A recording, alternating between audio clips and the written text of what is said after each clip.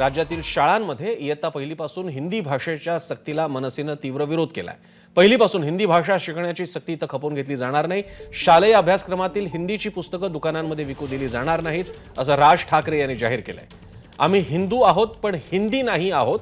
महाराष्ट्रावर हिंदीकरणाचा मुलामा द्यायचा प्रयत्न कराल तर महाराष्ट्रात संघर्ष अटळ आहे, अशा शब्दात राज ठाकरेंनी राज्य सरकारला इशारा दिलाय। हिंदी ही राष्ट्रभाषा नाही, अन्य भाषांप्रमाणेच ती राजभाषा आहे। त्या भाषेचा आम्ही आदर करतो पण सक्ती खपवून घेणार नाही, अशी मनसेची भूमिका आहे। आता सरकार याबद्दल काय भूमिका घेतं हे पाहावं लागेल।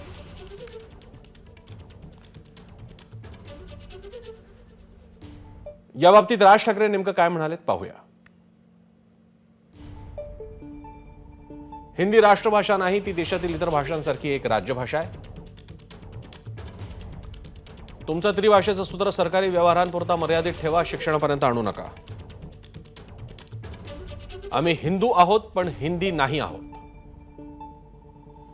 महाराष्ट्रावर हिंदीकरणाचा मुलामा द्यायचा प्रयत्न कराल तर संघर्ष अटळ आहे। या सगळ्याकडे पाहिलं तर लक्षात येतं की सरकार हा संघर्ष मुद्दाम घडवतंय।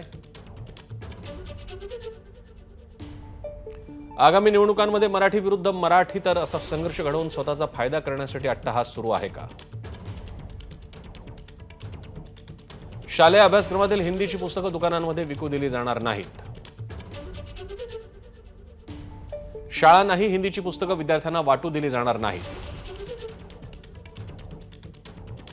हिंदी लादणार असाल तर संघर्ष अटळ, त्याला फक्त सरकारच जबाबदार राहील।